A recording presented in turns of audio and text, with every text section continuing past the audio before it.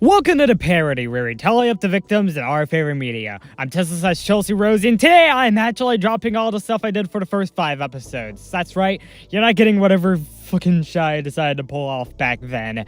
But that's not important. Today we're looking at Murder Drones Episode 6 Dead End, which was aired in August of 2023. The episode continues directly off the last seconds of episode 5, showing what happened immediately after.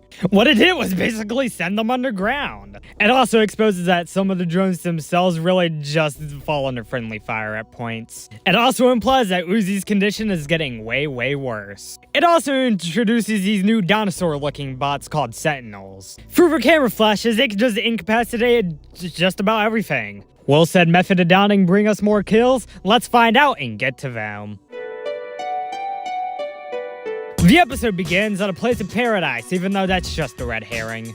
What we're more worried about is a worker drone who's trying to hide from something. It appears that whatever is out there caused her friend to start buffering in the eyes. The things grab up her friend and have a nice feast of them off screen. Hey, stop making noises, you're gonna make them catch you. Too late. Looks like the blue lights eventually got her. They paralyze her like the other person just so they can eat her up off screen. Thanks, security camera. And hey, other characters. Well, this is the first time they've seen Tessa in quite a while. However, this is the first time Uzi's seen her, and she's not so thrilled with seeing Jay back. Seems like they're on a quest to figure out more about the lore of the show we're currently stuck in right now. Doll's just gonna have to commit some bug thievery and lead her to the way. The way leads Jay and Tessa to try to commit some doll slaughter. Doll, hope you have someone to catch you! Or maybe she could just catch herself on the way down, who knows. The others determine it's safe, and Tessa decides to drop a reference to episode 4. Well, if I also want to find Doll and potentially a way to find more of this, they're gonna have to go underground into that hole. And also leave Jay on the back burner for the rest of the episode. Hope Jay doesn't learn about that divorce that's gonna happen later this episode.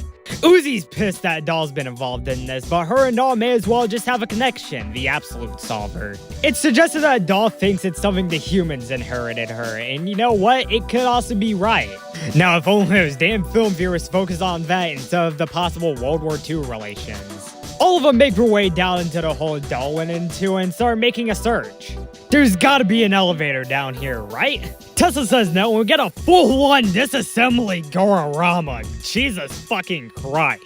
Should I even attempt to start counting all of these people with all the disattached limbs? In the end, I decided to count 23 disassembly drones down here, even though that is definitely not the intended count. There are headbands, batteries, wings, limbs, and bodies all over the place, but in the end, this is a number I'll fairly be certain in. They all make their way past that, and hey, look, secret elevator right there. I guess it's really not so secret after all. Well, guys, you know what they say, if it looks too good to be true, then it's probably too good to be true. Hey, look, just a random child drone. And randomly starts trying to shoot the fucking child, so it just spider crawls all over the place.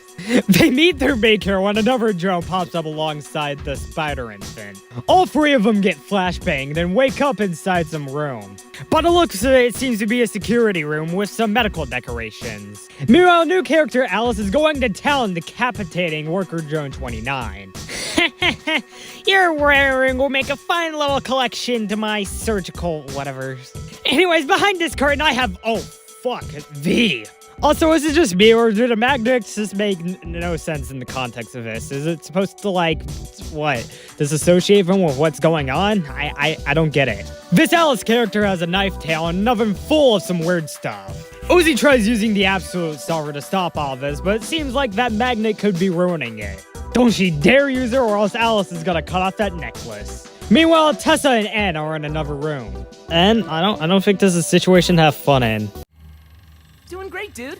Well, fuck me, I guess. Looks like he's having a great time. So was a circular saw gonna ruin any of that for you, dude?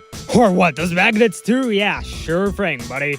With Spider and Finn Bo getting out of the room, looks like Tessa's got an escape plan. Bo just went in the other room to put more magnets on Uzi's head. Was that supposed to be a comer for what Alice is about to do next? As Ann and Tessa make a not-so-secret escape, Alice starts the torture process. Wow, a From Dusk Till Dawn special and then a Hostile Hand edition? How is this happening? Now, since it is eventually stopped, I'm just wondering what would happen if she had gone all the way and removed the finger. And then Tessa had successfully escaped the hostiles, and Tessa has typed in some stuff up on the computer. And is concerned about Uzi, but Tessa shows him something even more concerning.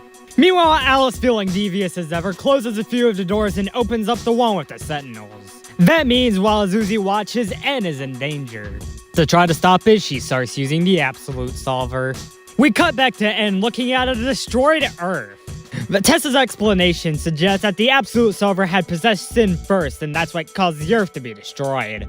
Meanwhile, if the Absolute Solver had made it to other places, humans were sent to try to eliminate it.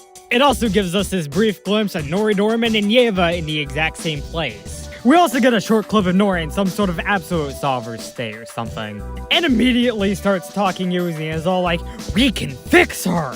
But also at the same time, the Absolute Solver could destroy an entire universe, so it's only her or the entire universe at stake. Before we can go hatch another plan, boom, there's a Sentinel. And by the looks of it, it looks like it's about to add end to the parody again. Don't mess with my cannon! Bo quickly realizes that she's using the Absolute Solver on the doors. Before the Sentinel can kill, and Tessa interrupts. As she's a human, she can't exactly be paralyzed by these Sentinels. Her best bet is to tame them like one of those Australian— Oh shit! Was that the bite of 72? Wow, that bite got blood on the camera and everything. As Tessa isn't an AI target, it doesn't know what to do. In its state of a frenzy, it kills itself against the wall. The Sentinels almost close in on Tessa, but Alice's batteries start floating. And her bow too. Uzi, for a second here, has been fully possessed by the Absolute Solver. The powers cause all the door buttons to be just sucked into some black hole. And with that, it causes all the doors to open. Alice tries to close off the room she's currently in, but she gets boot-locked by a Sentinel. Instead of having a feast on this body, it just smashes her head in with its foot. A Sentinel gets scarily close to Uzi's face, but in comes some energy from Bo. He decides to use the energy to save V from her restraints. Out of nowhere, he gets crushed by a Sentinel head against the oven. Now that's what I call an oily face. V tries to free Uzi, but almost gets boot-locked by a Sentinel.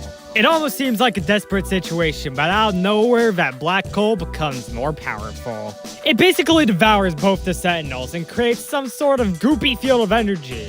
Hey, at least Denna's okay. At least he gets to meet his friends again, which, unlike someone else with a very familiar name, he can actually have. V and Uzi burst into the room they're in. And boy, things are getting pretty tense between all three of them. Uzi eventually wakes up from the Absolute Solver-induced nap. She goes over to hug in, and hopefully a platonic sense. All of this brings a new spark of light over the Cabin Fever labs, and in the process, some Sentinels get revived. Man, I love these shots of the empty labs, selling on the isolation of the place. Well, you know, aside from all the dead drones and these alive ones. While V tries to shoot this Sentinel with her Bay and Uzi have a little conversation through their visors, it seems like for now they still got it. However, due to something, they lose the Sentinel. It leads them to a potentially comatose doll. That's convenient. It's a trap. Uzi almost uses the Absolute Solver on it, but N and V both veto it. Tessa decides that it's an easy option just to go grab the bug. So who knows, maybe we're just envious of this. While walking down the hallway, I guess I should have said they were envious of that. I don't really like this ship all that much. Just saying. Sorry to disappoint. Ew. Don't date my robot, please. Yeah, V, I'm with you on this one. Werewolves for life, baby! The bug quickly gets snatched out of Tessa's hand and into Doll's because this whole time it actually was a trap. Nice deduction there, V. She puts a bug or whatever onto this thing, causing the elevator to start going down. She also uses a Sonic Adventure to open up all the doors. Fuck you, everybody, good night! Hey, non-existent, you're on the wrong floor. With the elevator actually blocking the path, it seems that they're hopeless. Almost getting boot-looped by the Sentinels. Tessa uses her bloody hand power to try to intimidate the Sentinels. They flash her as a target and start closing in more and more. While Tessa and V start going on the offense, Uzi decides to open up the door with the Absolute Solver. This Sentinel has a trick up its sleeve, a literal handgun. However, V saves her at the last second by catching the bullet mid-air. Gotta love this woman. Because Uzi's hand is getting worsened by the Absolute Solver, N decides to cut it right off. Tessa and Uzi decide to get in the elevator while V stays behind to fight off the Sentinels. This is amazing choreography all around, and she manages to defeat the Sentinel. However, with the defeat, she's... Oh, I thought she was gonna join them in the elevator. What the fuck is happening here? Oh, fucking Jesus, that's another Sentinel. And more. Oh, Jesus Christ. What are y'all doing? And what's she doing telling Uzi she trusts her? And why are you cutting off the support to the elevator? And closing your eyes and oh, fuck, no. This better not be happening. This better not be happening. Literal fucking hell, we can't have anything good in here. V salutes herself and basically sacrifices herself off screen. The sad fucking song playing over the credits doesn't help. What is going on?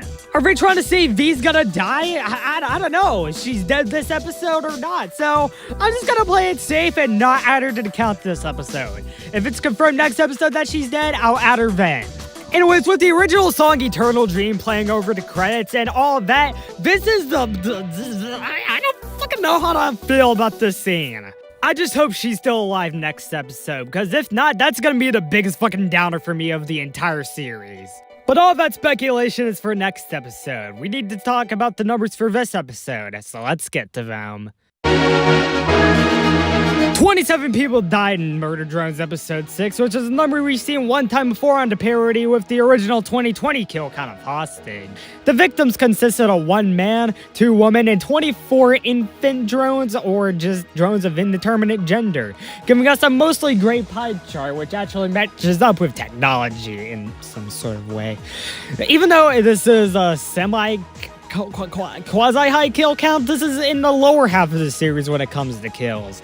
With a running time of 21 minutes, that left us with a kill on average every 46.67 seconds. I'll give Amethyst Flamethrower to both, since it feels the most brutal to me since it's both an infant drone and the fact that he just gets crushed and eaten.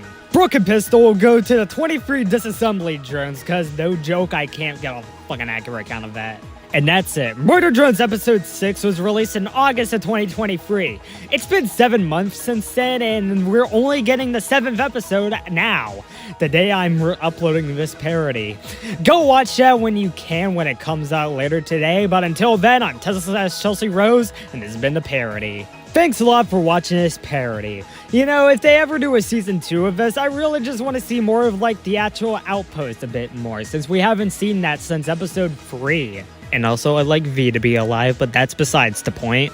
What I'm really more excited about during the last 2 episodes of this season is just learning a lot more about the universe the show takes place in.